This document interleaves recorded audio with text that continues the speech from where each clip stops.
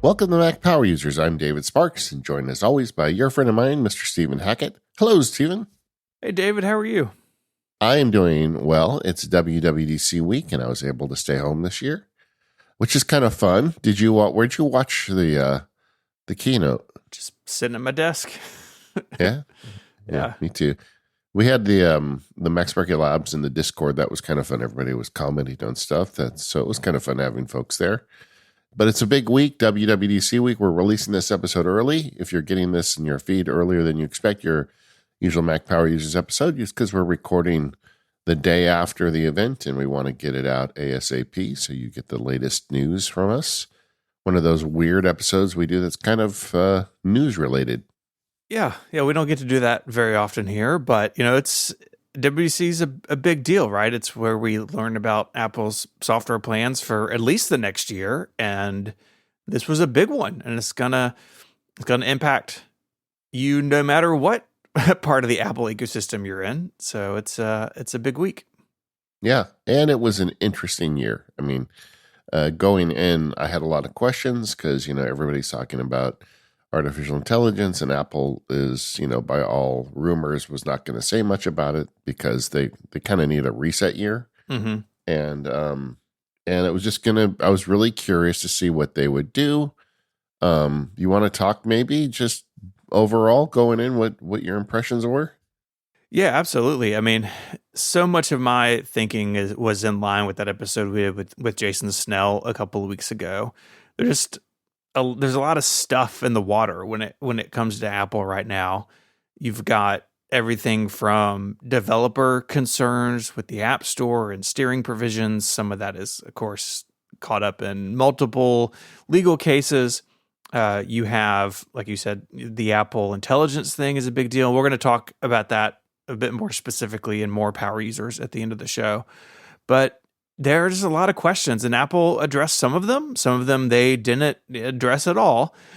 But I think they did show what they're good at. Like, Apple is a platform. They're an operating system company, and they push the ball forward in a bunch of ways across a lot of operating systems. And they kind of, it's just so interesting, like comparing WWDC to something like Google I/O a couple of weeks ago, or even Microsoft Build, where it was just about like products and features as if the AI thing wasn't happening all around them. And I thought that was really noticeable. Yeah, it's funny because last night after all the dust settled, I watched last year's WWDC keynote again, and it was such a different one for them because put it in context. Last year, everybody's talking about AI. Wall Street's getting wound up about AI and Apple's lack of a story. And they're like, you want a story on AI? We got a story, and they spent the whole time talking about Apple Intelligence. And, the disappointment is a bunch of the best features they talked about. Not only didn't ship, in hindsight, it sounds like they'd never even really had a working version of them when they announced them, which is very unusual for Apple. Yeah. And this year felt like kind of a return to form where they're like, you know what, we're not going there again. We're just going to go back to what we're good at. And the stuff they did was quite impressive, but they also kind of punted on AI for another year. So it's a strange year because I feel like they did deliver the goods, but also there's this huge thing going on outside the door that everybody's working on and talking about, and we're pretending like it doesn't exist. Yeah, super interesting. I, in hindsight, should have known by the time the keynote started, Apple was not going to address developer concerns about the 30% from the App Store or some of the other rules that are kind of in the crossfire. Sometimes Apple does that stuff before WWDC to try to like smooth things over. I watched the State of the Union, which is sort of the technical keynote. Nothing in there about the business model or anything else. So all that stuff is unaddressed. And that was probably always going to be the case because so much of it is tied up in legal things around the world. But still a little disappointed that they didn't address that. It's one thing to say you love developers and they do amazing things, but it's something else to show them. But, some of that's as old as time. So, yeah. But, I agree with you. I feel like not only is it kind of shabby, it's also against their own long-term interests. It's short-sighted. But I agree with you. We didn't get those answers yesterday either. But what we did get was an announcement that they're refreshing the user interface across all the platforms at once. You're the Apple historian. I don't think they've ever done anything like this. No, they didn't. The closest they got was iOS 7, where the iPhone and iPad were updated, but the Mac didn't follow that until the next year with Yosemite, I think. Yeah. Because Mavericks was the same year iOS 7 was, and Mavericks had the previous look. So it is the first time that they have done this kind of all at once. Definitely very sweeping, right? Like changes all the way across the board. And I'll just say off the top of the bat, like we're gonna have a bunch of links in the show notes. I'm sure people have seen it, but definitely go look at the Meet liquid glass video, because it really goes into detail about how it works and what it can do. It is kind of hard to talk about because like it's very, in some ways it's very different than some things we've seen from Apple. But there's also a little bit of a nod to Aqua in it, right? That was the old user interface. Yeah. Buttons look so good, you want to lick them. It's the famous Steve Jobs quote. There's some of that here, but it's I think most noticeable that it's on all of the platforms all at once. I think one of the things about it is it does bring back memories, right? Of prior operating systems where they tried to do stuff like this. Like Windows Vista was about this. I remember when we used to hack UI. Did you ever do that? Where you get that software where you could reprogram the window looks? Oh yeah. And there was a bunch of like settings like this. So the first reaction as an old guy is like, oh wow, this kind of reminds me of the really bad stuff I did back in the day. But when you start like spending more time with it, there's a lot of just nice touches and things that only Apple could do. I mean, they do control the hardware and the software. That's one of the reasons why I've always been a fan of Apple products. And a design like this is really only possible when you do that. I mean, they have a limited number of devices they're deploying to, so they can really dial in what the user interface is going to look like. And maybe Apple's the only company that could have done something like this. Yeah, it was interesting in that, meeting liquid glass video. Alan Dye mentions like, hey, with iOS 7, we were at this level of processing power. Now we're all the way here at the A18 and we can do so many more things. And I mean, that was an issue in the early days of Aqua, like back in 2000, 2001, 2002. The Mac hardware really struggled with some of the transparency and things that Apple was putting into the UI.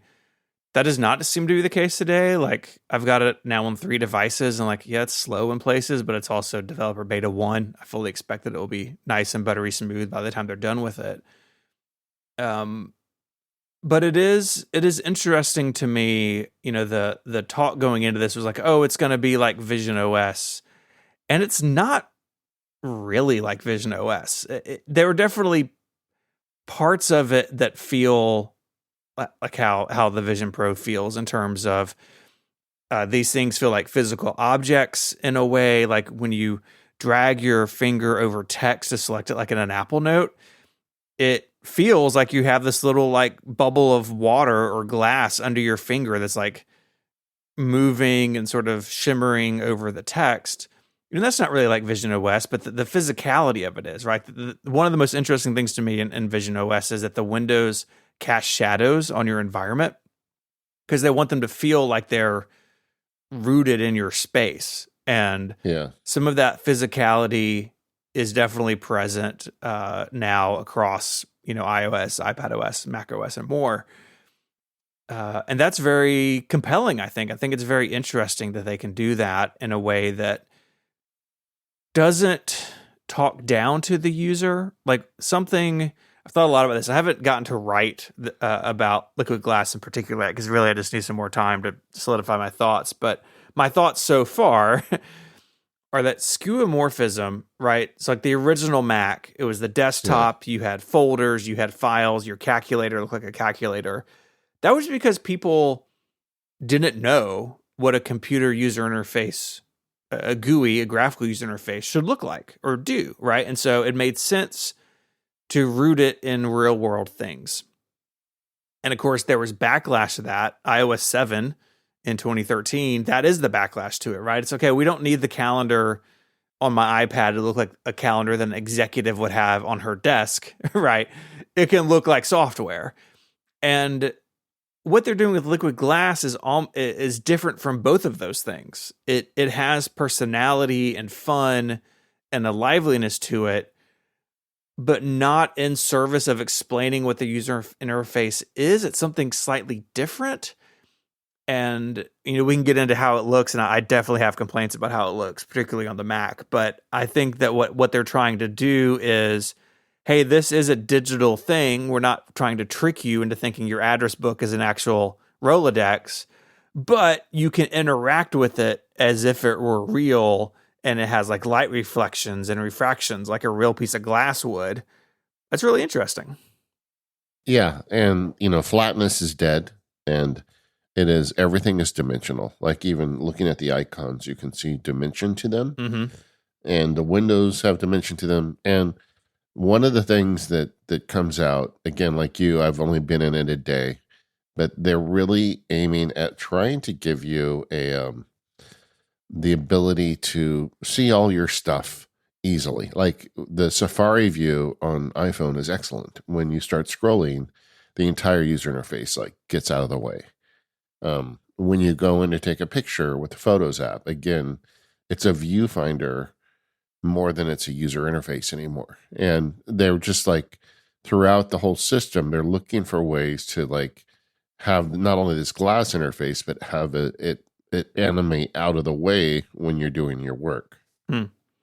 What I find particularly interesting about that is that just 4 years ago in iOS 15, Apple tried some of this stuff, and the backlash to it, including for me, was huge because it didn't work. It didn't work because everything was flat. And so you had just these floating controls at the bottom of the Safari window, and on the Mac, your content bled up into the tab bar. Those things are back now in iOS and macOS 26. The difference is now Liquid Glass helps set those controls off from the content of the web.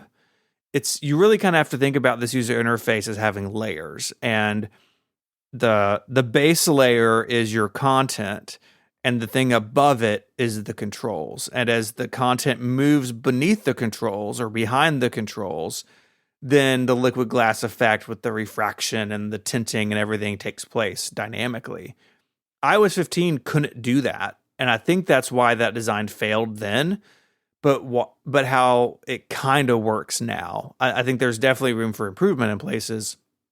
But when you look at screenshots of this, you're like, wait, we tried this. It didn't go well. Why are they doing it again? Well, I think now they have the tools in the Liquid Glass APIs to make it work in a way that it never could without them. Yeah, well, I'll tell you, my initial impression is I like it. I think it's a nice modernization. So some of it feels a little over the top to me, but maybe it's just because I'm not used to it yet. Like when you pull down Control Center, the borders of the buttons, which are now transparent, are so distinctive that I'm just not sure whether I like it or not, but I need time. Yeah, I like a lot of it. I think it's best on the iPhone and the iPad. There's a lot to it on the Mac that feels pretty disjointed. Like if you have a Finder window open, the controls at the top, so like to change your view or the actions or the share button, they are floaty Liquid Glass, but I'm not sure they need to be because there's not content behind them. I think there's some defining that Apple needs to do of where it shows up and where it doesn't. A lot of the toolbars in macOS, quite frankly, look pretty bad, in my opinion, at this point. But like iOS 7, I do have faith that they will hear feedback and make adjustments. You mentioned Control Center. My problem with Control Center is that they don't dim or blur the background. Like you can basically see right through it. Same thing with notifications on the lock screen. That will improve, I think, over the summer. And I do want to say here, there have been a lot of complaints from people who haven't used it. Like, well, what about accessibility? And like, I'm not going to speak for that community. Like people like Shelley Brisbane and others are reporting on this or will be reporting on this. But Apple does give you tools to tone this down through reduced transparency, reduced motion, and some other tools and settings that do help with the accessibility angle. And look, we all are or will use accessibility settings at some point in our lives. And so I'm willing for Beta 1 to give Apple the benefit of the doubt that they take accessibility extremely seriously and that they will address, the most kind of blatant issues with it. Again, this is developer Beta 1. It will change. It will evolve. Send feedback if you're a user that is in that situation and you have access to the betas, but it's definitely not fully baked at this point, I don't think. Some of the things I like about it, and this is getting a lot of grief in the press, is this new clear icon mode. Yeah. So, a lot of people don't like it, but in a time where phones are so distracting, I kind of like the idea of removing all color from the phone in an attractive way. And so I've been running that for the last day, and I think it's fine. I know people are complaining, well, it's hard to figure out what's what. Well, I turn the app names off anyway. I make the icons big. I know what's what. I don't really need to look at it that close. But, I think this is kind of fun, and it obviously needs tuning, but there's some interesting takes here, and I'm glad that they're taking some risks. Yeah, the clear icon thing, and they've gone back and re-architected tinting, thank goodness, because I think that was kind of rough last year. It's all in the name of customization, right? And I can tell you as someone who works on Widgetsmith, which is at the heart of it, a way to customize your devices, people have all sorts of different tastes. And some of the screenshots I see from our users, I would not run my phone that way, but people do and love it. And so there will be people who love the clear icons because it lets you focus on your wallpaper. And I think it's good for Apple to have those options. And just I may not personally like the clear, maybe it doesn't work for somebody else visually. That's fine. Like it is just an option and one that I think is interesting. And the clear icons, I think, are a good example of how Apple has made this cross-platform. So that is available on the iPhone and iPad home screen, but it's also available on Mac OS. And so in Tahoe, in the appearance settings, you can set icons to clear, and it makes the dock basically pick up this clear design in a couple of other areas in Finder and across Mac OS. So it's the same concept, but it is tuned, if you will, or adapted for the individual platform. And that is something going into this that we had heard, but honestly, I was a little nervous about, like, well, what does that really mean, especially for the Mac? And I think there are designers and people at Apple who don't understand the Mac, and that concerns me in the long run. And while there is definitely weirdness, I think they did a good job with like the Mac still looks and feels like the Mac, and that's distinct from the other platforms. So, do you think you're going to learn to love this, Stephen? Let's just get to emotions here. I think so. But as primarily a Mac user, I want to see them tone it down on the Mac. Yeah. It's really, I think, kind of overwrought in places on Mac OS. So hopefully that will settle down. Yeah, the menu bar thing got me. Like they took the background out of the menu bar. So depending on your wallpaper, it's like, are you going to be able to see your menu bar icons? Like basic stuff like that. I need that stuff to work. And again, I'm sure they'll put dials in where you can put stuff back, or there'll be a terminal command or something. But I'm just going to kind of go with it through the betas and see what happens. I do like, though, a new look. I was ready for a new coat of paint, and it's a nice distraction on the year that Apple missed on AI, I've heard that, and I actually don't really agree with that. I think, well, let me say it that another way. I think that short sells the work Apple's done here. Like, they weren't suddenly bad at AI last year and thought, oh crap, we need to go redesign our OSs. Like, clearly this has been in the works a long time. So it is good for them from a press perspective that this is like very few people talked about Apple Intelligence yesterday. It was mostly about the design, the talk I saw online. And it definitely has been my focus so far in learning more about this stuff has been the design angle of it. So it's good as a distraction, I guess, from that point of view, but I don't view that as like Apple's strategy going into WWDC. Like, oh, this isn't ready, but we're going to push it out to. I know that's not what you're saying, but that is what some people think and say, and I think that's just short-sighted.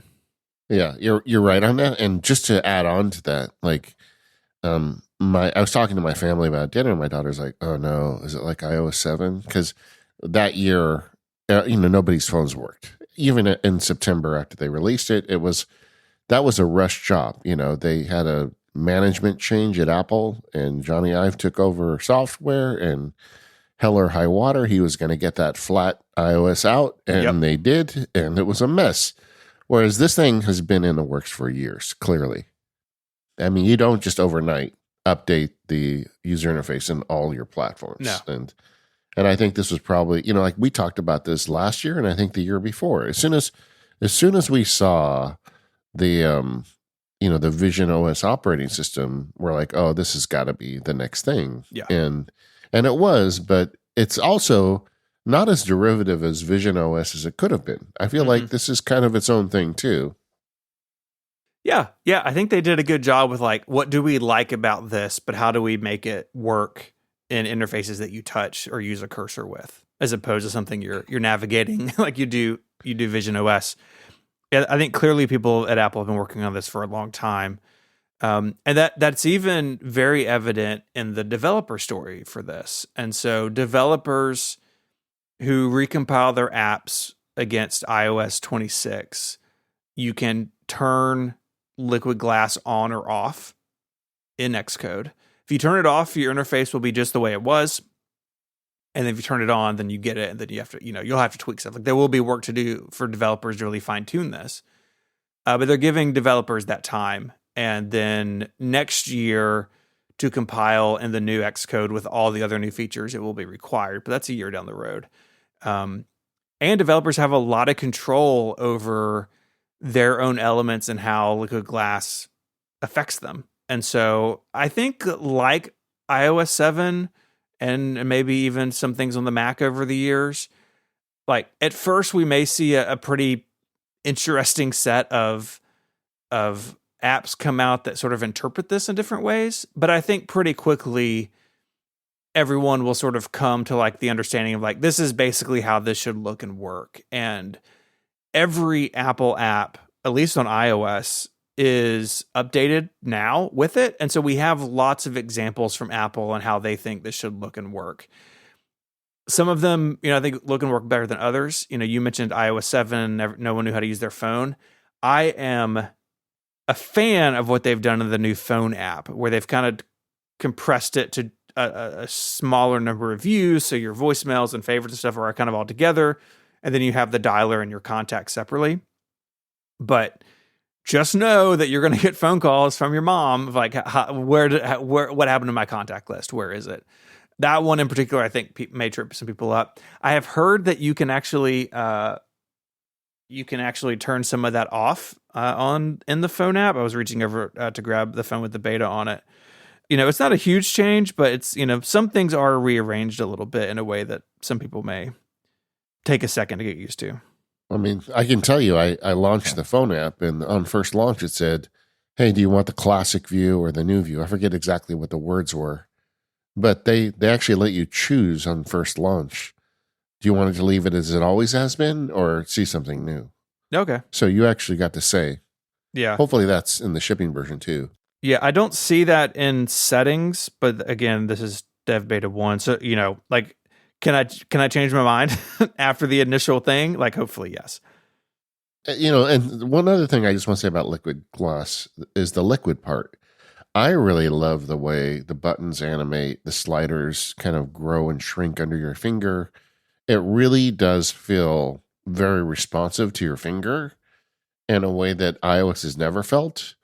And I really like that. I like that way it kind of transforms and transfigures as it moves around, and it shrinks and grows, and even the way the search bars kind of shrink down. Everything is very liquid, and I'm sure this is something they never did in the past because they probably didn't have the processing power, but now they do. And it feels very dynamic and kind of whimsical. And I think that's my favorite feature of this.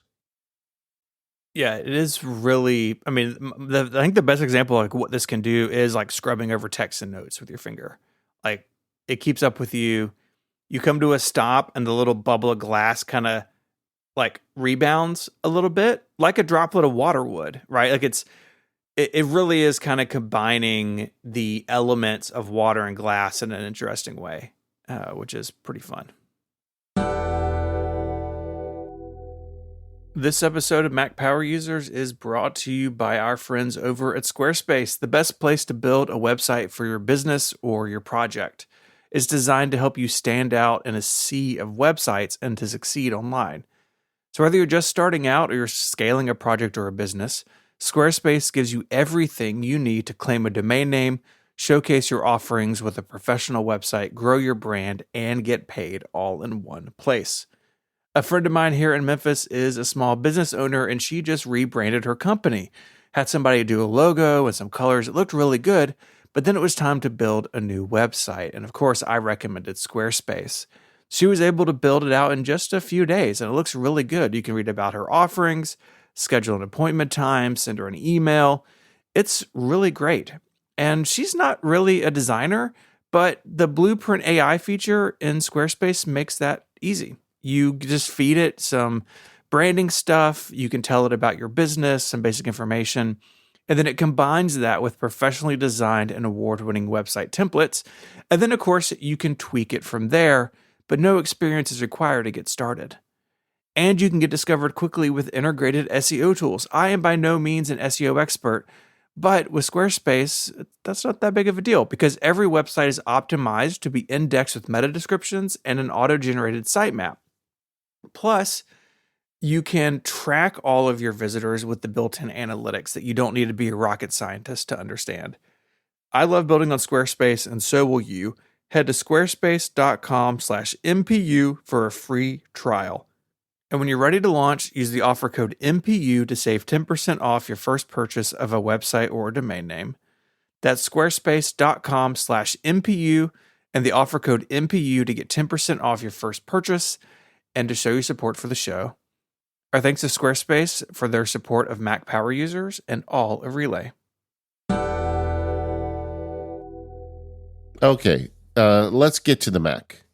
Mac OS Tahoe. First, I will say, as the California representative, Lake Tahoe is one of the most beautiful places on the planet Earth. If you ever get to California, put it on your list. Another place that makes no sense to anybody outside of California. You know, Gurman leaked the name, which is wild. Yeah. And he was like, lots of Apple people have second homes there. It's like, oh, okay. Sure. Yeah. This is the first time I think we got the name early, if memory serves. But I did my honeymoon in Lake Tahoe. It's beautiful up there. Okay. Yeah. Anyway, so I have warm feelings towards Tahoe and Sequoia. They've hit some good ones the last few years. Mm-hmm. And also, wait, let's just talk about that. Why does this one have a name? Everything else is named the year, right? Yeah, well, it's actually macOS Tahoe 26, so the name and number aren't in the order I expect because it was like 10.6 Snow Leopard. So I don't like the order of the name and the version number, but I am glad they're keeping the name. I mean, that's gone back, long before California places. They used cat names. Yeah. That feels like a nod to history, even though they broke another really important nod to history, which we'll talk about in a second, that I'm very mad about. But yeah, Tahoe, it keeps the name, but the version number does jump all the way to 26, which is also something that Mark Gurman reported early, that Apple is naming the OSs for the upcoming year, which I think makes a ton of sense. I really hope they align the iPhone model numbers too. You can jump numbers. It's totally fine. And I think not only does it help you remember when it came out, but it was so hard as someone who talks about this stuff for a living to remember, like, oh, that feature came out in Mac OS 15, but that was iOS 16 and watchOS 8, or whatever it was, because they were so scattershot. And locking them all together means like, oh, in 10 years from now, we will remember that iOS 26, like the 26 releases, were when we got liquid glass. I think that makes a lot of sense. Totally agree. That we're getting, let's do the compatibility check. We talk about this every year. New Mac OS. How many old Macs got dropped off the back of the truck? Yeah, so a few did. The iMac Pro and the 2018 Mac Mini, couple of MacBook Pros, the 2018 MacBook Pro, the 2019 iMac, and the Intel MacBook Air from 2020 were all dropped. Most importantly, though, Apple announced during the State of the Union that this is the last version of macOS that will support Intel Macs. And so there are still several Intel Macs supported by Tahoe, but they will not get another major OS release. And then the year after that, they're going to drop Rosetta support. So they have laid this out in advance, which I think is a lesson learned from PowerPC to Intel when they kind of surprised people. Like, oh, Snow Leopard's Intel only. Good luck, G5 owners. They're giving people advance notice, which is the way to do this sort of thing. So if you're out there sitting at an Intel Mac, you're good for another year, but it's probably time to start thinking about upgrading. And the good news for you is you get to go to Apple Silicon, and your Mac is going to be a lot faster when you buy a new one, no matter which one. Most definitely. That it doesn't feel like it doesn't feel too soon either. Honestly, I mean that's they stretched it out for quite a while. Yeah, no, I think it's totally fine the way they're doing this. So during the keynote, they're putting all the new icons because they redid a bunch of icons. Mm-hmm. And you and I did not watch the keynote together this year. And I saw the Finder had been flipped. Like they had a little change to the Finder icon, but they flipped the whites on the left, the blues on the right. And I thought the first thing I thought when I saw that was, oh, that's different. And then the second thing I thought was, Steven's gonna hate that. I do hate it. I know you well enough, and sure enough, you hate it. I do. So since the beginning of time, basically the darker color on the Finder logo, which has been blue and gray for a long time, those hues have changed. It used to be kind of more purple and blue. The darker side has always been on the left, and different people have different interpretations of why that is. Like, is it a happy person looking at their Macintosh? I don't know, but it's been the same forever. And if you look at this blog post in the show notes, it's survived that through like System 7.5.3, which was the first version that the Finder logo was in the boot up screen. Some people think that was Mac OS 8. It wasn't. It was 7.5.3. But it survived through the OS 10 transition. It survived the Big Sur redesign. And they've changed it where now it's a white icon with the face on the right being blue. And you may think, look, why are you upset about this? Like, it's 30 years of Mac history tossed out for no reason. And it's like a branding thing. Like the Finder logo is the Mac's brand. And the thing that's even more infuriating to me is like I ran the old logo through the Icon Composer app, which like adds liquid glass to your app icons. And you know what? It looks totally fine. It looks good clear. It looks good tinted.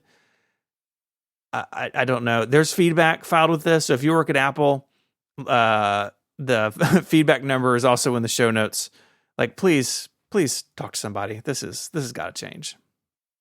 I feel like it's one of those things for change for the sake of change. Like, the design team's like, well, since we're changing everything, let's switch the Finder face, and it's like, yeah, that's not a good enough reason. Yeah. I'm with you, but I'm not as passionate as you are about it. I yelled at my screen. I was like, Yeah, what? I believe it. What is happening? I will say it is on track to be the most popular thing I've written this year. It has blown up. Is it? Yeah, it's. Yeah. I looked at the WordPress earlier. It's like, oh, hello, viewers. So yeah, it's funny how that works, right? But it really is. You brought your passion to the store, but maybe that helps too. The fact that you're getting that much traffic on it. Did you put in a link into your post about where to file feedback? I mean, let's turn it into action. I got the feedback number in there, and in the feedback, there's a link to the blog post. It's like, yeah. So, I did send it to a friend of mine at Apple who has nothing to do with design. And they were like, I can't help you with this. Like, that's fair. Yeah, I know. Someone in the design department's like, these old nerds are getting all bent out of shape over this color switch. Let's just make it easy and switch it back. Switch it back. You have my undying love, Alan Dye. Just hit Command Z and sketch. There are a couple of, or I guess really one kind of other liquid glass feature in Tahoe that I actually find really interesting. Maybe it's not a liquid glass feature, but it's a design feature, is you can add colors and emoji or symbols to a folder. Labels have been around on Mac OS X since Panther. They were on the classic Mac OS before that, but they were really limited due to like some historic shenanigans in the Mac file system.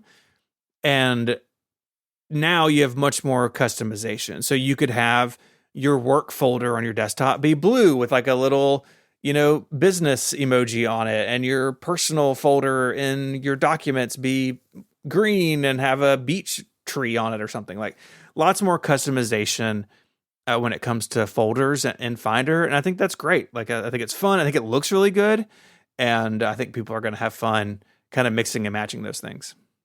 Yeah, totally. And it brings back kind of that customization bug that we used to have in the old days. And and I would like to see people get more custom with their Macs. And I'm definitely going to be putting some of these in. This also, by the way, goes over to the iPad. We're going to talk about iPad in a minute, but the custom folders work there as well. So nice. It is cool. There's a lot of stuff this year continuing to bring the Mac and the iPhone in particular closer together. So we have the iPhone remote app that we got, iPhone mirroring last year. And with that came notifications from the phone coming to the Mac, a feature that I really like. Now live activities on your phone will show up in the menu bar, which is so cool. Like I love that live activities are showing up in more places. Yeah. Shortcuts got an update.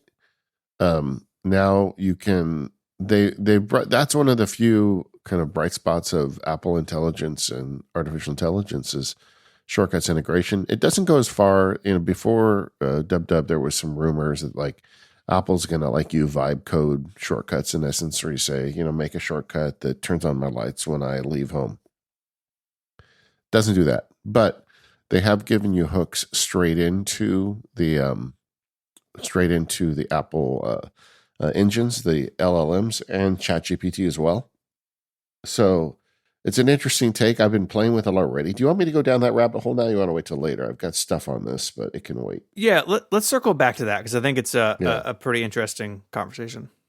Yeah, but they did not bring Gemini in, but they've now got Apple native actions controlling shortcuts, which is nice. And there's a lot to talk about with shortcuts, but I think we're going to save that for later. We've got Rosemary coming in, so we're going to bring the automators to Mac Power users in a month or so and talk about more what you can do with shortcuts.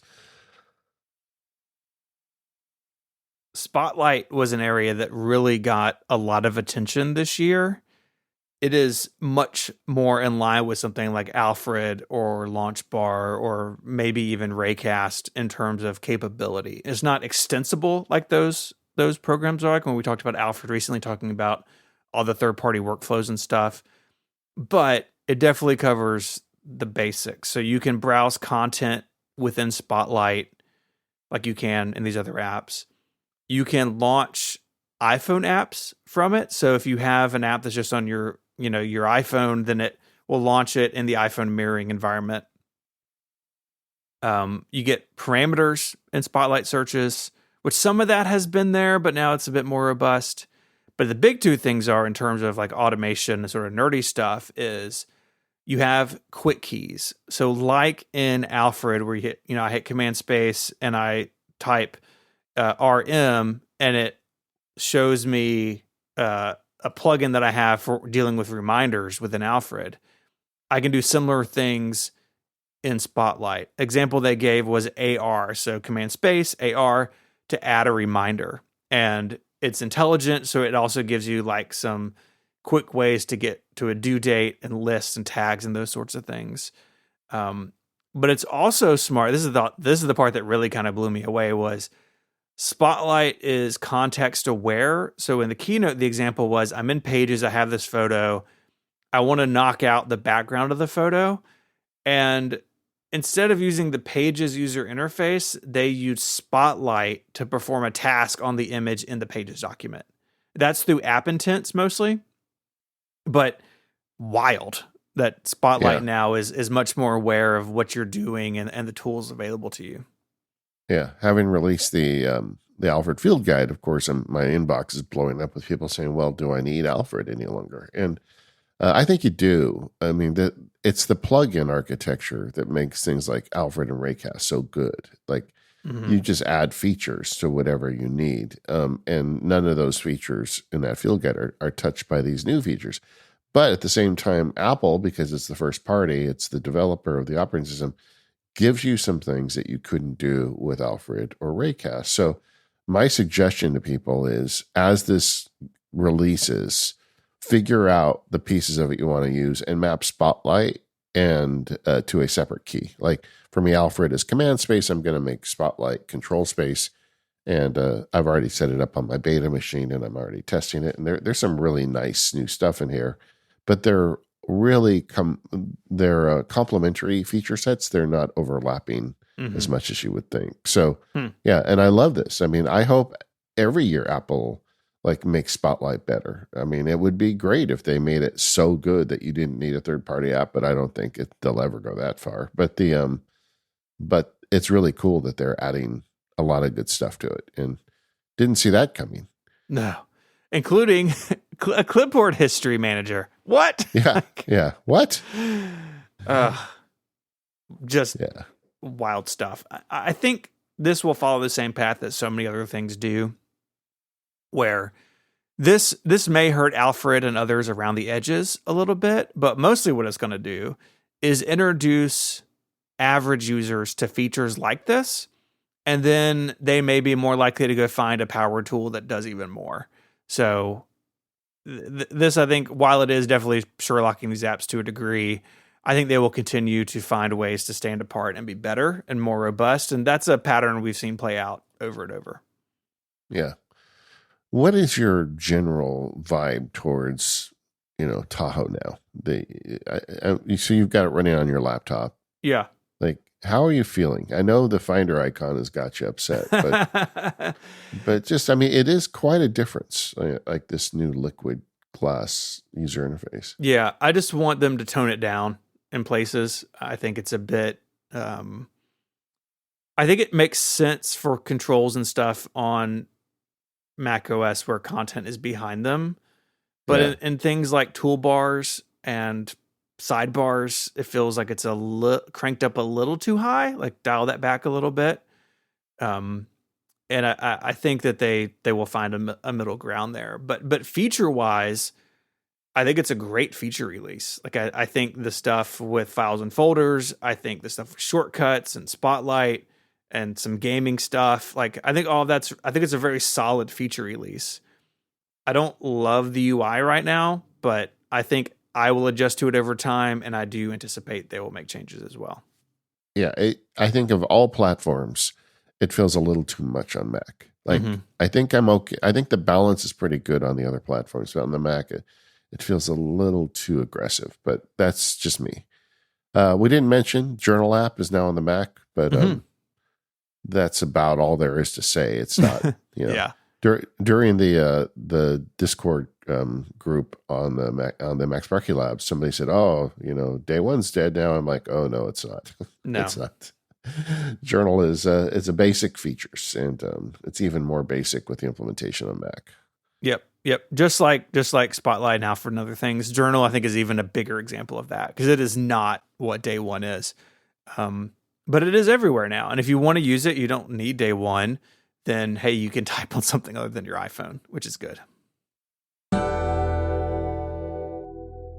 This episode of the Mac Power Users is brought to you by DevonThink.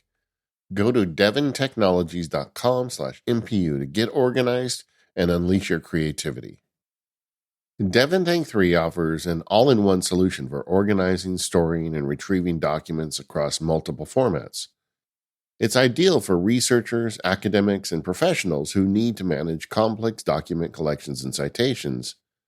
But it really goes a level deeper. If you're looking for a good way to keep related documents together, I'm not sure there's anything better on the Mac. DevonThink leverages advanced AI-powered search that goes beyond simple keyword matching, finding relevant documents with precision. It seamlessly syncs your document databases across multiple Macs and iOS devices, ensuring access to your information anywhere. And DevonThink to Go lets you take your documents with you wherever you go. I've been using DevonThink for years, and one of the things I love is the way the developers are constantly bringing new technologies and iterations to the application. They have industry-grade encryption and secure storage to protect your most sensitive documents' information. You can easily import documents from various sources, including web pages and emails. You can either put the documents in the DevonThink database, or you can just use the DevonThink tools and reference documents outside. They've got you covered. Whether you index or import, you still get all that DevonThink goodness.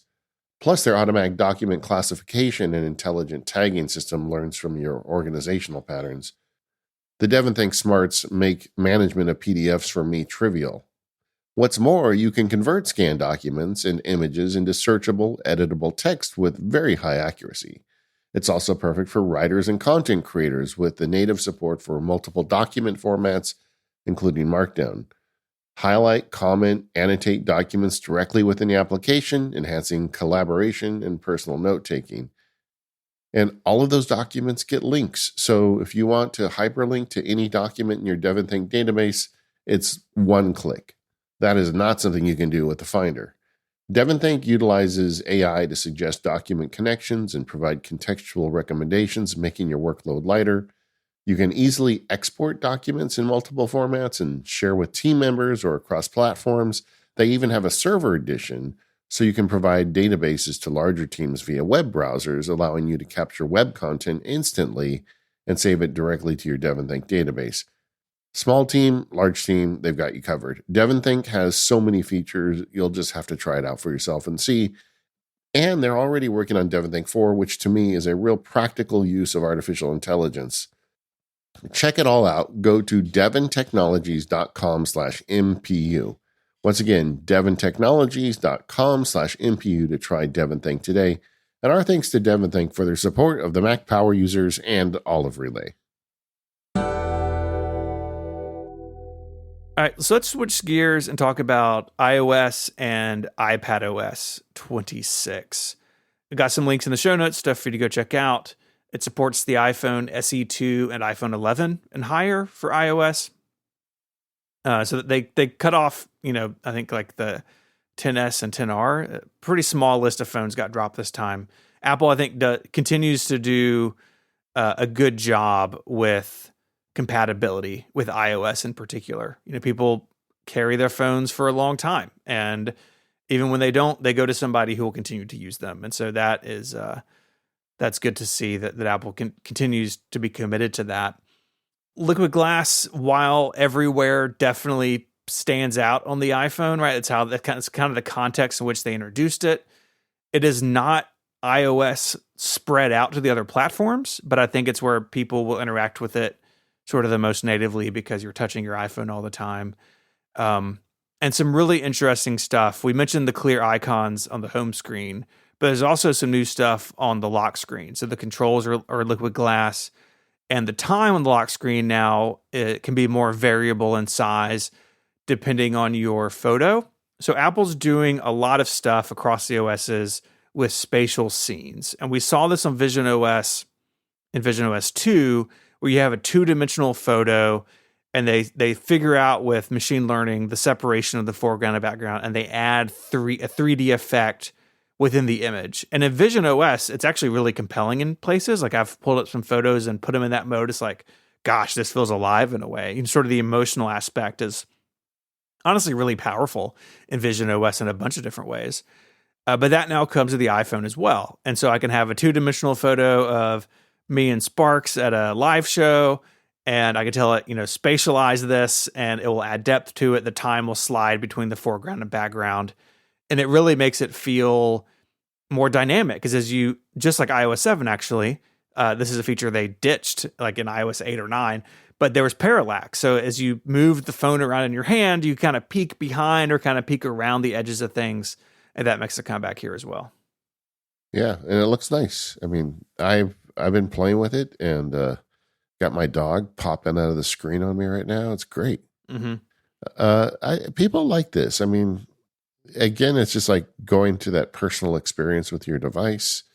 They have really, you can tell when you go to select a wallpaper how heavily it leans into pictures of your family and your pets. Yeah. Of the suggestions. They know what people want on their devices, and they're looking for ways to make it more attractive. The other thing they did as part of this is they automatically resize the time if you use the glass kind of font of time, and it adjusts itself height-wise behind your image just right. And again, I think this is all nice little quality of life improvements. It's not going to change the world, but if it makes your user smile when they turn the phone to see their wife there with the time behind her, I kind of like that, so good. I still think the whole wallpaper experience, the user interface part of it, and like it's very confusing. Like, okay, so I've got the lock screen wallpaper, but then I've got the behind the apps wallpaper, and like, yeah, and then I've got, especially if you're using different focus modes, it is, I mean, I make my living talking about this stuff, and I always have to kind of refresh myself how it works every time I go in to change it. I do think that is something that could use some work. It didn't get any work this year, but the actual lock screen mechanics are nice. Mm-hmm. How is it on a phone with an always-on display? The phone I have the beta on does not have always-on. Have you experienced that? It's black with the time. It doesn't show you the image. Okay. Well, I think that's an option, or at least it was in iOS 18. You know what? Maybe you're right. Maybe I've turned that off a long time ago. Okay. Yeah, I think it's really cool. I think it definitely really shines with a certain type of photo. And I mean, even the default iOS 26 wallpaper, like it changes slightly based on how tall you want the time to be. So there's a lot of interactivity in play, but I totally agree. The mechanism to edit the lock screen is really confusing, and I still get it wrong. Like I go to edit a widget and then accidentally like cancel out of it because just that I think needs a little bit of a rethink, but maybe next time around. Let's talk about the camera app. Okay. I mentioned it earlier, but when you open the camera app, it is all view screen now. I mean, before, I think the user interface was getting pretty complicated. And for a lot of folks, like which one of these cameras is a video camera and which ones is just another variation of a still camera. Well, now there's just two buttons, video or camera. And then from there, you have additional selections if you want. I was asking about this. My family dinner table is like my lab for non-nerds. Mm-hmm. And I was asking, like, how often do you guys use anything other than the basic camera, And the answer was almost never, except like when the kids want to take, like they want to pose their friend with like a portrait image, But I feel like Apple's probably got pretty good data on this, but I think for most people, you open it and you take a picture. So they're just going to make it the best possible experience for that. Yeah, I think so too. And I was listening to another tech podcast that one of the hosts really dislikes a lot of the current design stuff. Like, well, they're just hiding the controls from people. But I think in reality, they're doing what you said. Like they're matching the expectations that most people don't change any of that stuff. And they just want to open it and take a picture. And look, it's all still there, right? In fact, some of it, in some areas, there's more controls than there used to be. You just got to tap or swipe to get them, and people will learn that gesture one time, and then they'll know it. But if you just want to like hop in and take a picture real quick, it's actually a little bit smoother of experience. And the camera UI is really where you can see liquid glass shine. If you have the controls up from the bottom where they're in that the little page, little popover, that popover is made of liquid glass with the text on it. And so the photo, as you move the viewfinder around, does the liquid glass thing under the control. It's a great way to show somebody like, how does this look? That's the biggest piece of liquid glass that I've found in the OS so far. Yeah. And I think the complaint that it hides controls is completely legitimate. Like if you like to go in and play with them often, it's going to take a step longer now.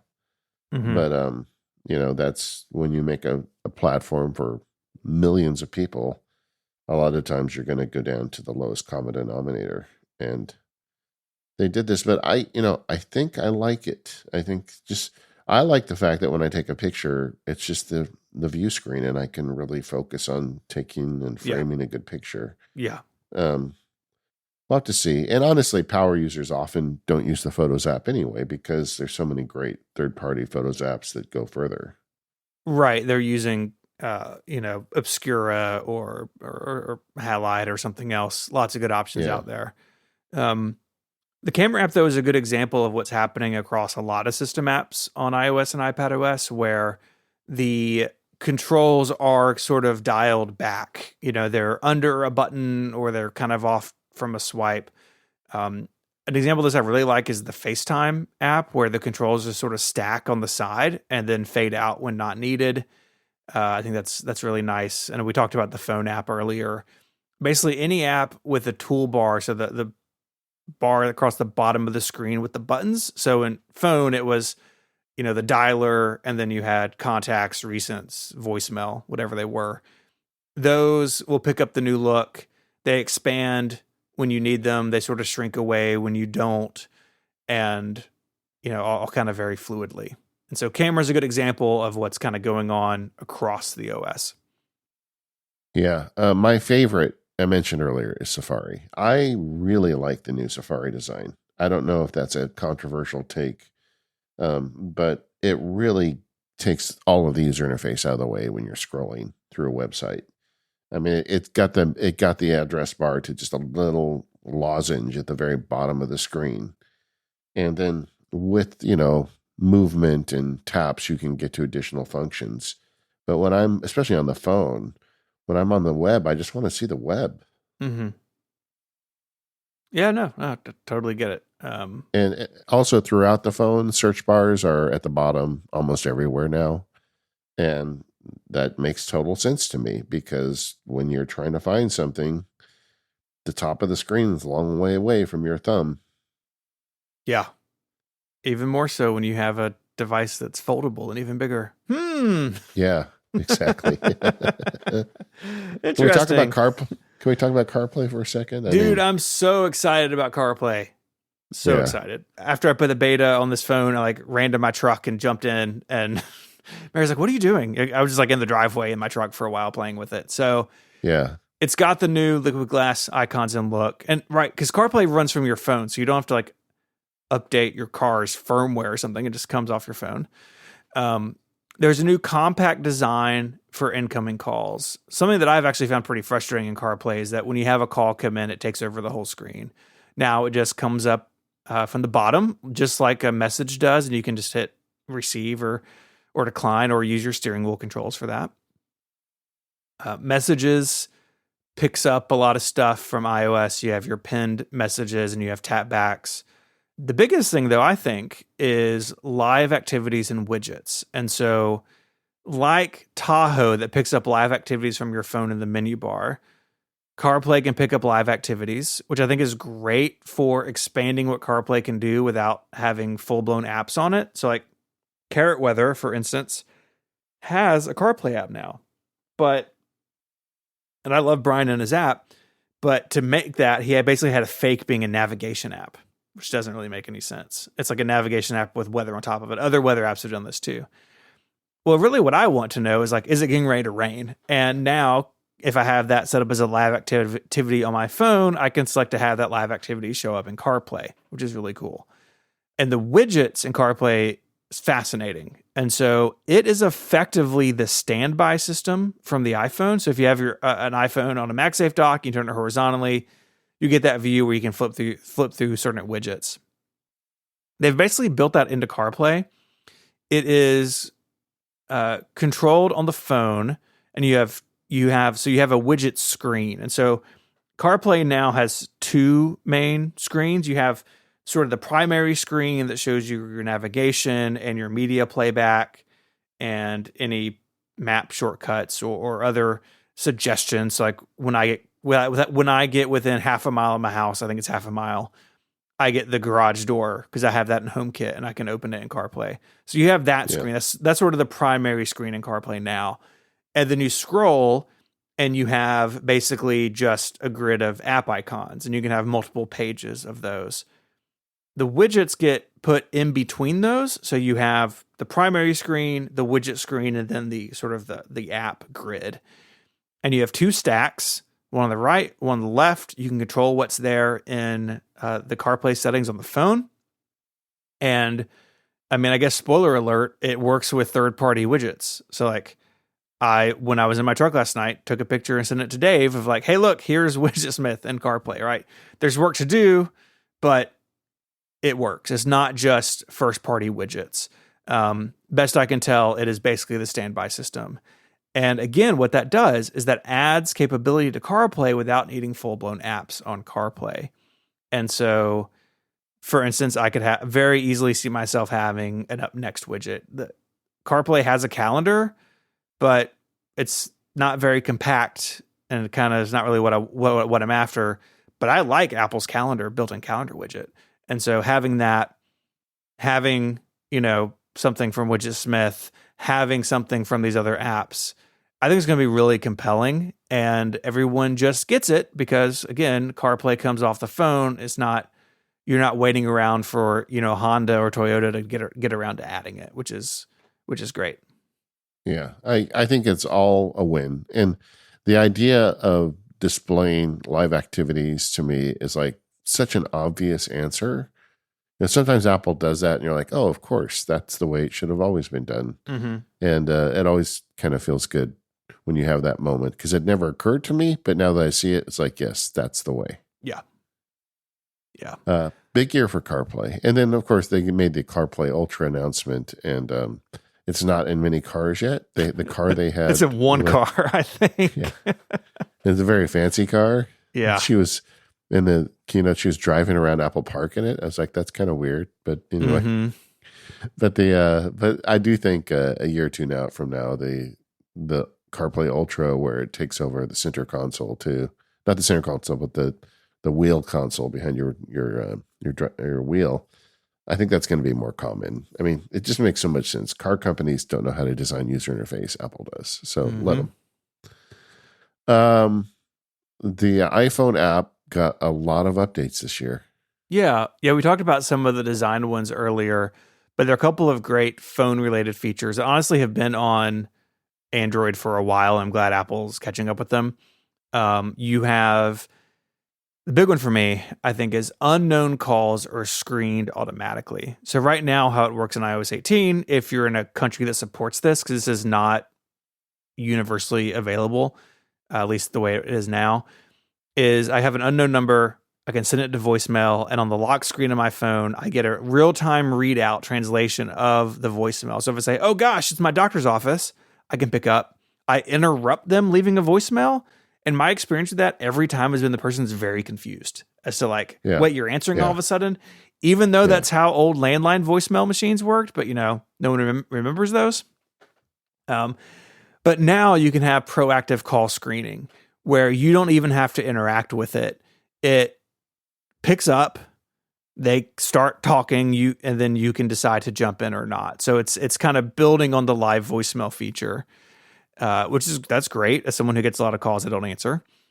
But what's really cool is the hold music detection, where you call your bank or doctor's office or your whatever, and you're on hold, it will listen for the hold music, and then it will send you a notification when you can pick up, when the person is there.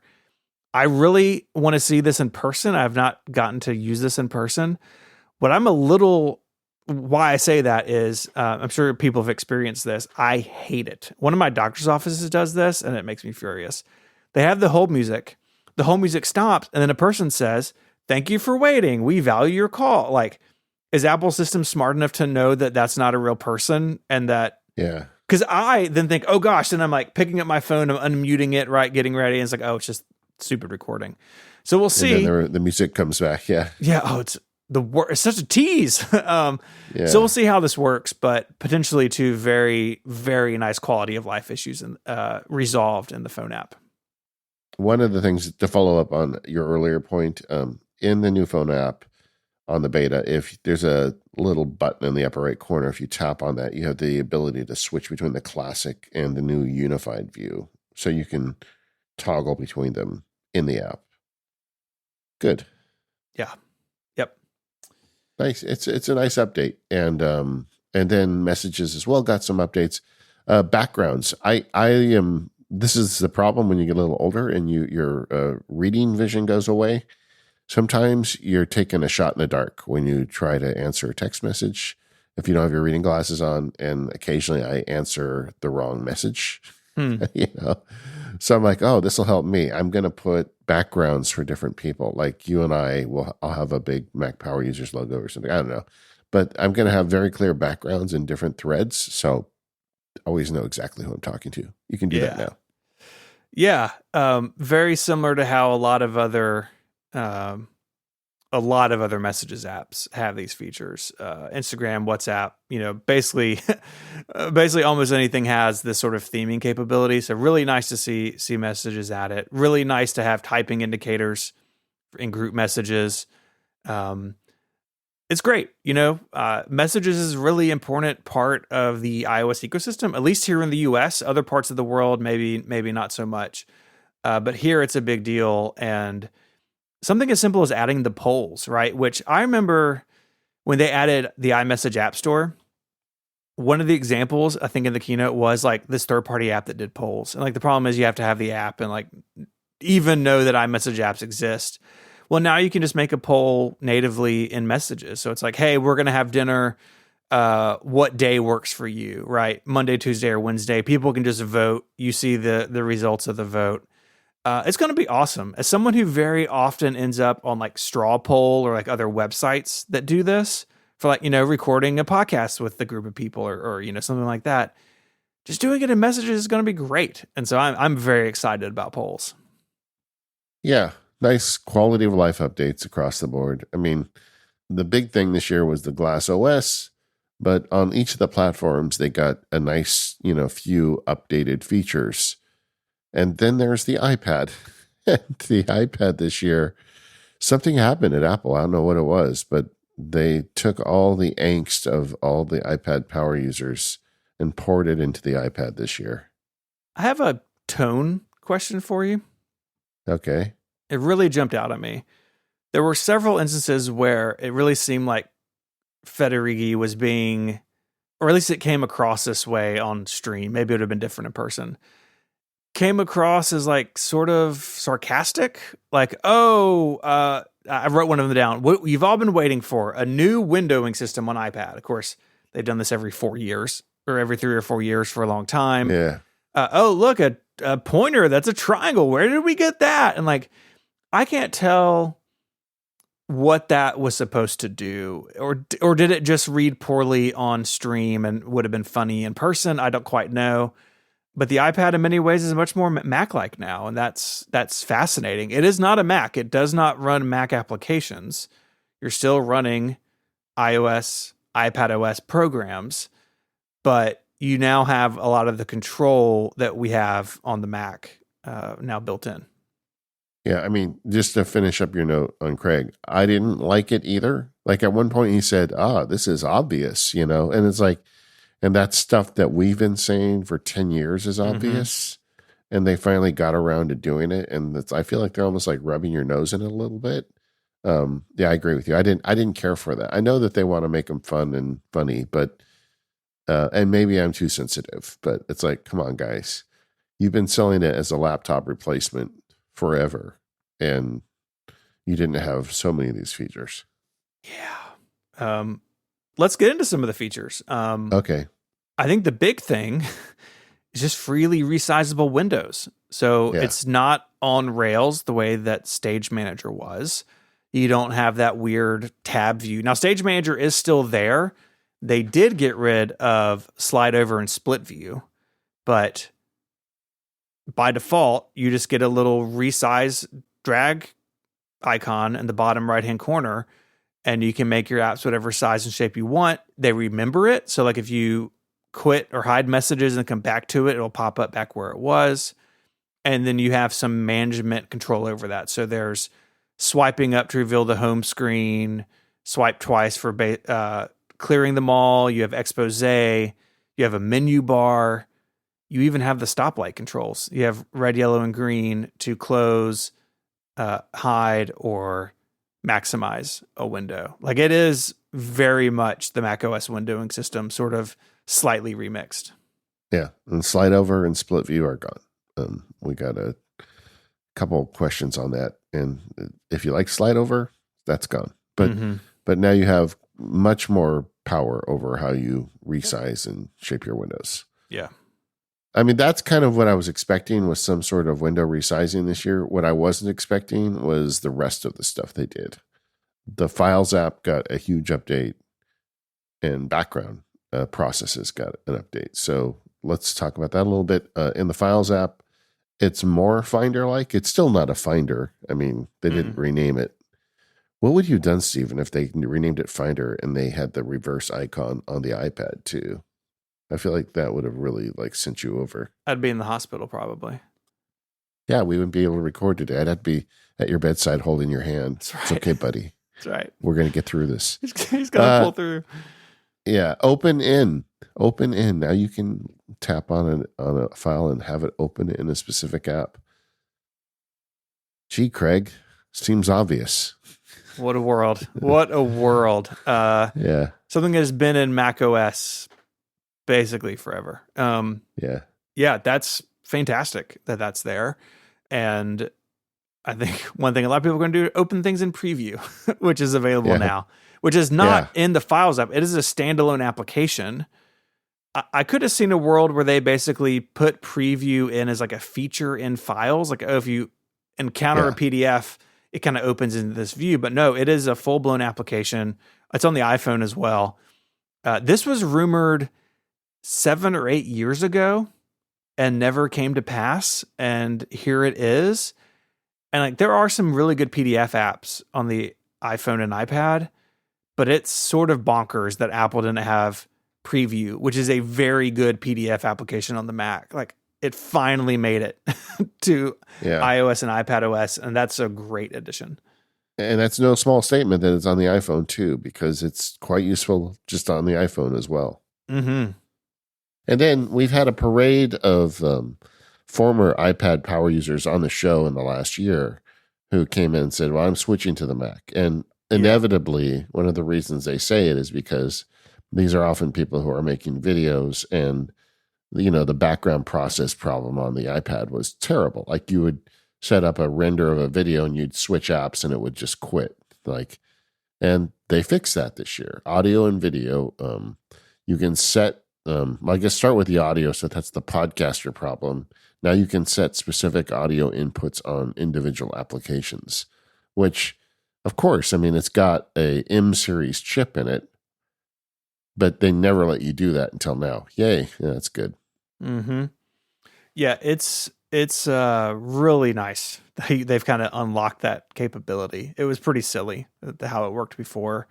I understand it from a battery life perspective, but if I hit export on a video or I want my audio recorded where I want to, it's these machines can handle that sort of thing.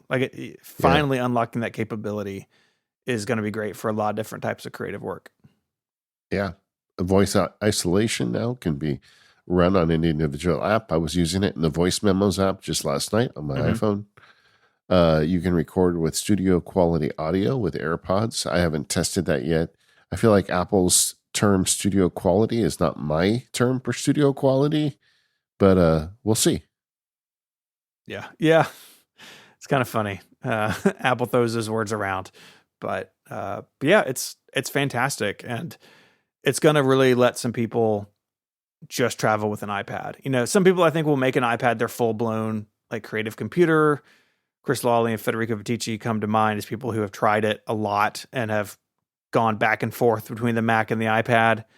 I think if your work is kind of like their work, the iPad has suddenly become much more compelling to you as a computer, honestly. It's just like as a computer, not just as a tablet that you're kind of forcing things upon. Yeah. One of the Labs members yesterday suggested now that you and I need to record a full episode of Mac Power Users just on iPads. I said, I'm game. Steven will refuse. Yeah, that's about right. Maybe one day. But yeah. I mean, I do want to play with it because like it would be great to have this capability. But I was thinking like, well, what if I travel? I need to record. Or like, it's kind of like my writing workflow. Like when I'm recording or when I'm doing show preparation, I have a lot of stuff going on my computer, and the iPad still falls down in some of those areas for me. And like, I'm going to take a Mac anyways, because it's just my preferred platform. Yeah. But if you're kind of half and half, or you only have a certain amount of space, and like, well, look, you can take a USB-C microphone, which in and of themselves have come a long way over the years, plug it into your iPad, put some headphones in, and you're kind of off to the races. And that's amazing. Yeah. My prediction is, look, they've made a lot of progress. And they also solved that background task problem I was talking about earlier. So you can actually do a Final Cut Expert and do other stuff. And that's great. I think they've removed a lot of the sharp edges, but not all of them. And I'll be curious through this beta period to find out what the remaining ones are. But I think almost the more important statement you made on our iPad show was, hey, maybe it's supposed to be like this. You know, maybe it's not supposed to be a power user device. And I got a bunch of email from listeners after that show talking about like an aged mother or a learning disabled son, and just people who have people in their family that if you made the iPad a power user device, suddenly it would not be usable to them. And really appreciating the point you had made in that show. And I note that when I installed the beta, it again prompted me, like, do you want power mode or simple mode?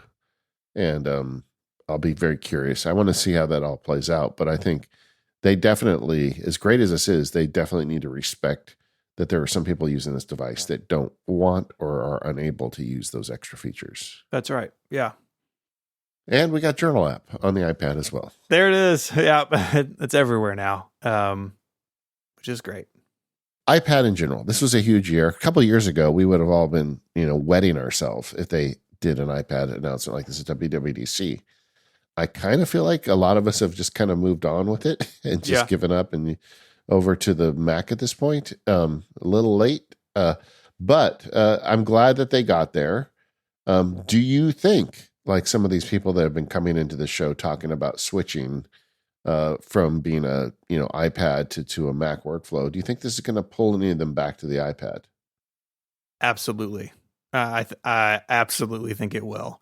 I mean, talking with some of those guests just over iMessage the last couple of days, a lot of them feel like their limitations that they were running up against have been lifted. Now we got to see how it is in practice, but I do think there are people who have, whether it be the stagnation of the iPad and iPad OS, whether it's Apple Silicon MacBook Airs being incredible machines, like the combination of those things that have sort of moved past the iPad. I think there are a lot of people who will look at it with a new sense of curiosity, and I think that's great. Like the iPad software should live up to the hardware, and it seems like we're finally getting there.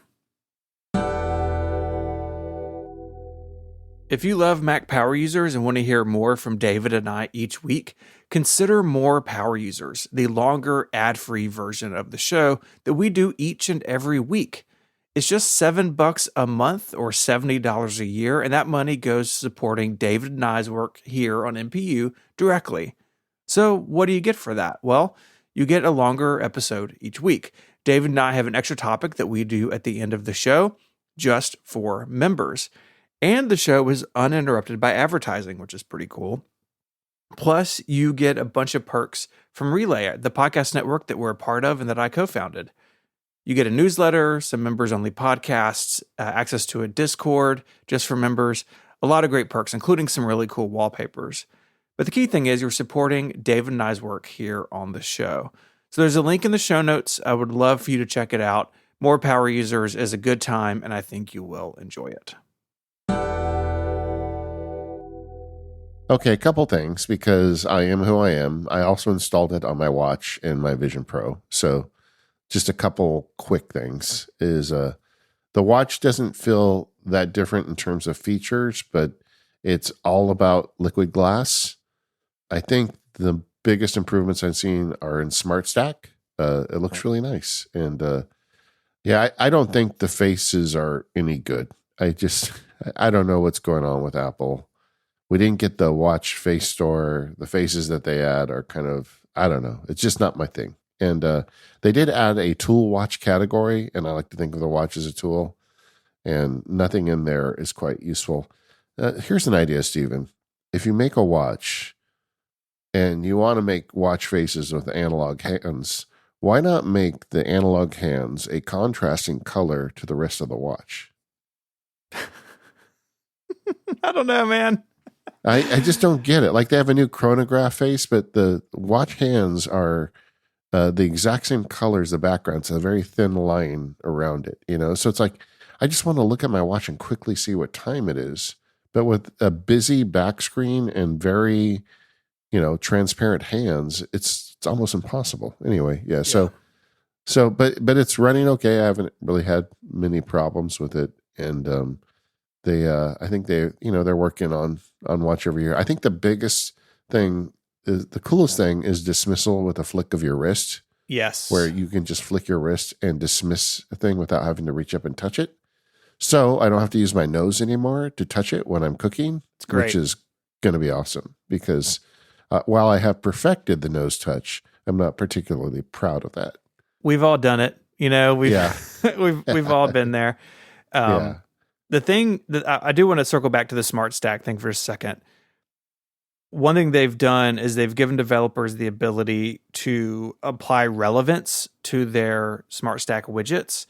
And the idea is, and this is not a new idea, Apple's done this in other places a lot, but it's kind of coming to this corner of watchOS in a new way. It was like, hey, you use this widget at this time on a pretty regular basis.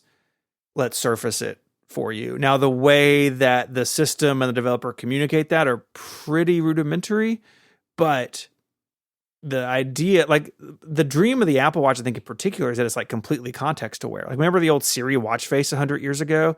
The idea there was, we're going to surface things that are important to you. So if it's getting ready to rain, that's what you see. Or if your kid's ballet lesson is in 30 minutes, that's what you're going to see. And that, it didn't really work that well, but it was a long time ago.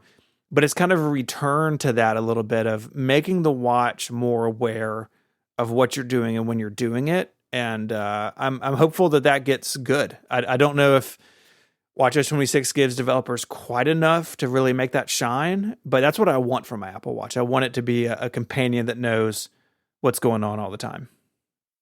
And if you're not using the Smart Stack at home with your Apple Watch, look into it, because I think it's like the ultimate upgrade to your watch. And it allows you to use whatever face you want, because no longer do you have to like cram, 10, complications onto your face to get information. The stuff you want is right beneath the Smart Stack if you set it up right. I think it's a great feature, but this is just why I'm so frustrated about them not giving, I guess, the kinds of faces that I want.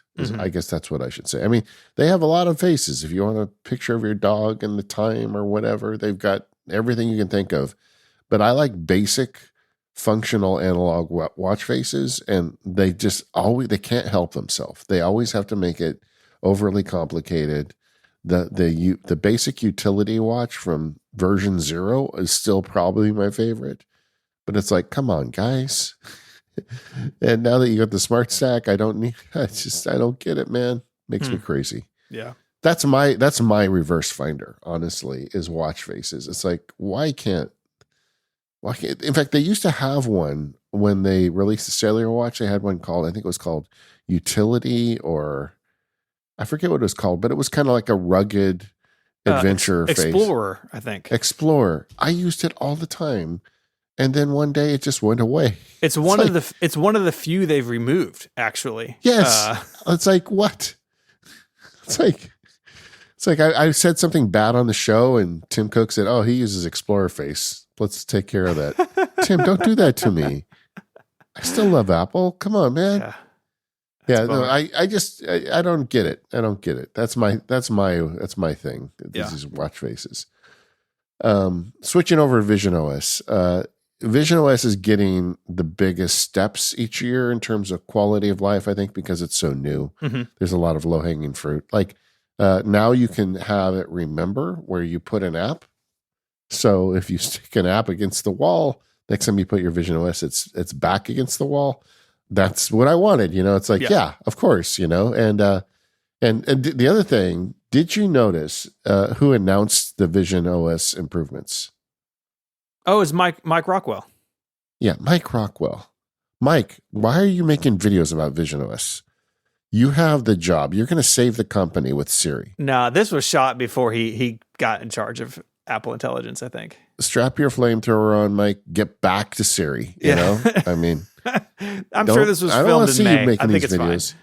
Yeah, okay, I know. But I still come on, man. The Vision OS, the persistence thing is really interesting because it applies to widgets as well. And they're bringing WidgetKit over to Vision OS. And so like iPad apps running on Vision OS can donate widgets to the system. They have a widgets app in Vision OS, but it's basically the widget picker from the home screen on the iPhone and iPad. Yeah. But I'll tell you what's exciting, because a friend of mine just sent me a clip of it in action. Is the new spatial personas are much more lifelike. So if you're on a FaceTime call and it's like the 3D representation of yourself, it looks much, much better. Yeah, I haven't set it up yet. I haven't had time, but everything I've seen says that it looks better. Then there's two accessories that they announced, and I'm interested in both of them. The first one is the obvious, the PlayStation Sense controllers. So you've got actual VR controllers, and I'm hoping that opens up gaming. Although because they're an additional accessory, you have to wonder how many developers are going to support it, yada, yada. But I hope that works out. But they announced, even more impressive to me, is a thing called the Logitech Muse, which is just a little stylus. But the quick video demo, the guy was writing in space on it. And, one of my dream uses for a Vision Pro is to have like a 10-foot long glass board in my studio that's virtual, that I can just put on the glasses and go and look at and think about, when I'm putting ideas together and draw on it. And the way I currently do it is with an iPad, which isn't ideal. This looks really interesting. I don't know how granular it is, and I'm going to buy one of these as soon as they come out. But Logitech is making some kind of pen you can write in virtual space with Vision Pro, and I can't wait to get my hands on it. Or your face on it, as it were. Something. I don't know. Oh, man. So you played some with the shortcuts, and so shortcuts can now tap into Apple's models, as can individual applications. So like if you have an application that would be useful to summarize text, you can just, as a developer, prompt Apple Foundation model, which runs on the phone, to do it all locally and privately, which is fantastic. Shortcuts can go a little bit further and actually use private cloud compute. So tell us about your experiment. Yeah. Okay. So private cloud compute was announced last year. And I thought it's one of the things I think Apple got right about Apple Intelligence. It's the idea of, we're going to put our own server farm together. We're going to run our models on it, and we're going to protect your privacy. So when you send a request to us, it's going to be anonymized. and we're not going to know who you are. So you can ask our LLM anything you want, and it's going to send you back an answer, and we won't be able to trace it back to you. So that is fantastic, because none of these big frontier models do that. But for the whole year, none of us have really seen if it's any good. I mean, like, they had a thing where you could run a report to see how often you had sent requests to private cloud compute, and it's all the answer is almost never, because in the first year, Apple never got far enough with Apple Intelligence to need it. And during the keynote, they announced, hey, we got a shortcuts action where you can send a AI query to the onboard artificial intelligence that we built into your iPhone, so it's entirely local, or you can send it to ChatGPT, or you can send it to private cloud compute. And I'm like, what? So as a user, I can now selectively choose whether I want the big, medium, or small model, and I can specifically target private cloud compute, which gives me an opportunity to test it finally.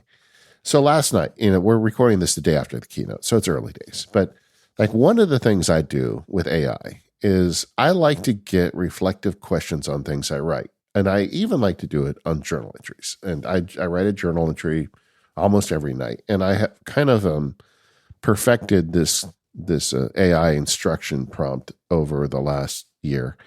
And it has it go through my journal entry, read, ask me reflective questions on things I wrote about. There's 4 Stoic virtues. I have it go through and ask me questions about, did I demonstrate justice, temperance, wisdom? And just bear with me. I know I'm a hippie, guys. Okay. Mm-hmm. And then one of my big things is RIT. I talk about in the productivity field guide. It's like, am I becoming my best self every day? So I specifically prompt myself at the end of each day, what did I do today to improve my RIT? So I've been using this, and I've used it with all 3 models. I've used it with ChatGPT, Claude, and the new Gemini model. And it's shocking to me, the questions it asks me, because often it really is great reflective stuff. And so my workflow is I dictate my initial journal entry. And so using AI's voice to text, I get a pretty good dictation. Then I tack that onto this instruction, and I send it up to AI, and it sends me back questions. And then I go through and I fix the typing, and I answer the questions if I think they're relevant. So at the end, I finish it on a keyboard.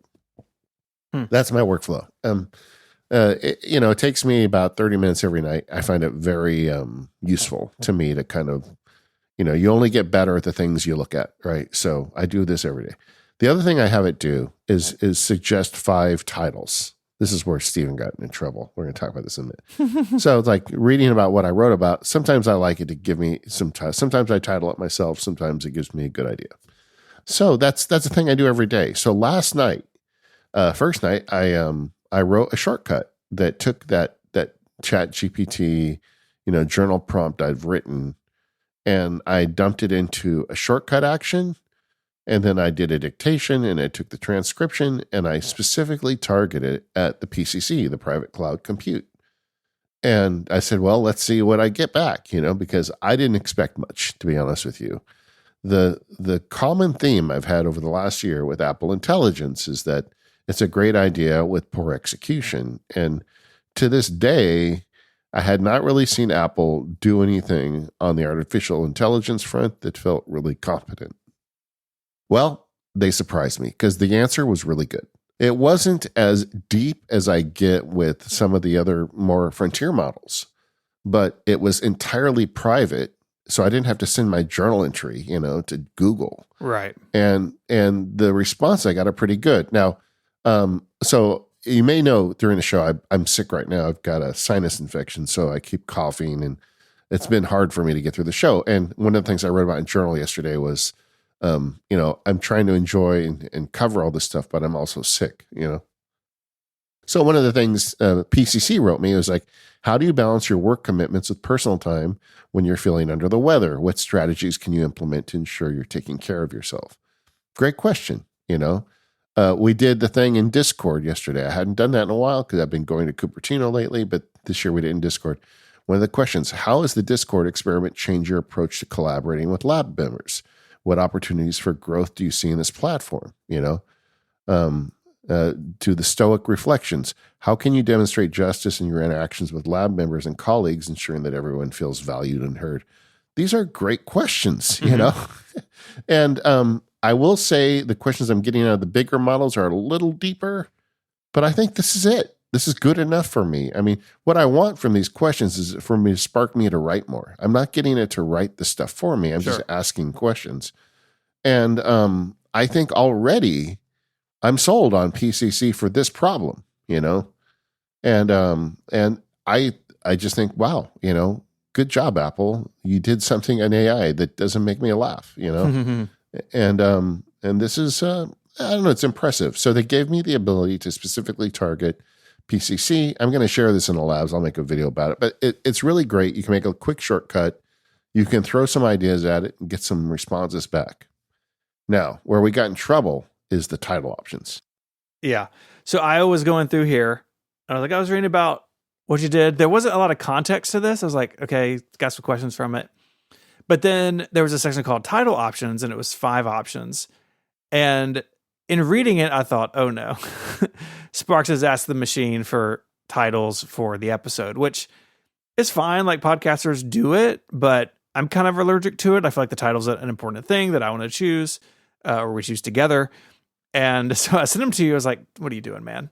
Turns out it was title options for the journal entry, not necessarily, not the episode. Yeah. So I misread them. But some of these are pretty cheesy, I got to say. Like, yeah, they are. They are. The 5th one really killed me. Health, wisdom, and courage, reflections on a busy day. I was like, if we title an MPU episode that, like, we've lost the plot. Thankfully, we have not lost the plot. No, but I mean, and they're options, you know. Sometimes it gives me a good one. And honestly, the other models do a better job at the title options too. But but I really have always felt a little icky sending those entries up to some of these frontier models to get this reflection. But I actually find the reflection very helpful. So now, using Apple's private cloud compute, I can do this and get what I want back out of it without having to, you know, put it in a creepy place. And this is exactly the kind of stuff I wanted from Apple Intelligence. So on day one, I'm getting a benefit out of it. And no, it's great. And good on Apple, you know, good on Apple. Very good. Apple productivity apps. That's a common theme on the show, how we, like, every year talking about how Apple's getting better at them. Not a lot of that this year. No, really pretty quiet on that front.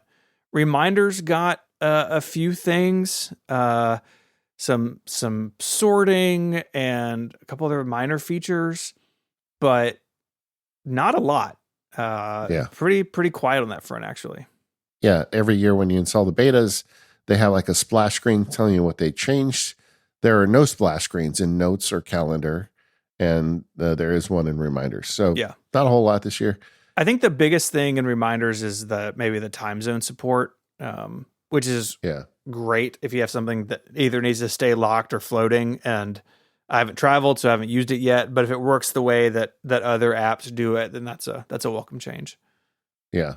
One thing that just kills me, because I'm working on a new field guide about Apple's productivity apps, is the dearth of icons for reminders lists. Like, I thought, well, you know, it's been a while.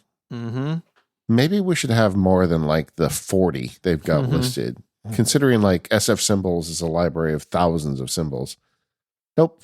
No, thank you. Nope. We're going to just leave that as is. Yeah. I use emoji for mine, which is fine, but SF symbols would be great. The other question I have for you is, okay, so this is great. Every year Apple does WWDC. We get this big update, but that's not the way the world is pacing now. Especially with the rise of artificial intelligence. I mean, is once a year going to work for big updates? I mean, I would argue that they're not really on an annual cycle anymore. The last several years, they've had features that they announced that end up shipping throughout the year. Now, sometimes they pre-announce that, and other times they don't, right? Some things are announced as if it's coming in the OS, and then it turns out it wasn't ready, and they push it down the road, and it comes out in February, right? That has happened. This year, it struck me that they didn't say later in the year very much. Like, everything they showed seemingly is going to ship when these OSs ship in the fall. But things like mail and notes and reminders, AI or not, I would like to see them like, hey, we have a new thing that's ready for reminders. Oh, we got to wait till June. Like, no, you don't. You can just do it. But they still bundle those applications and the OS pretty tightly.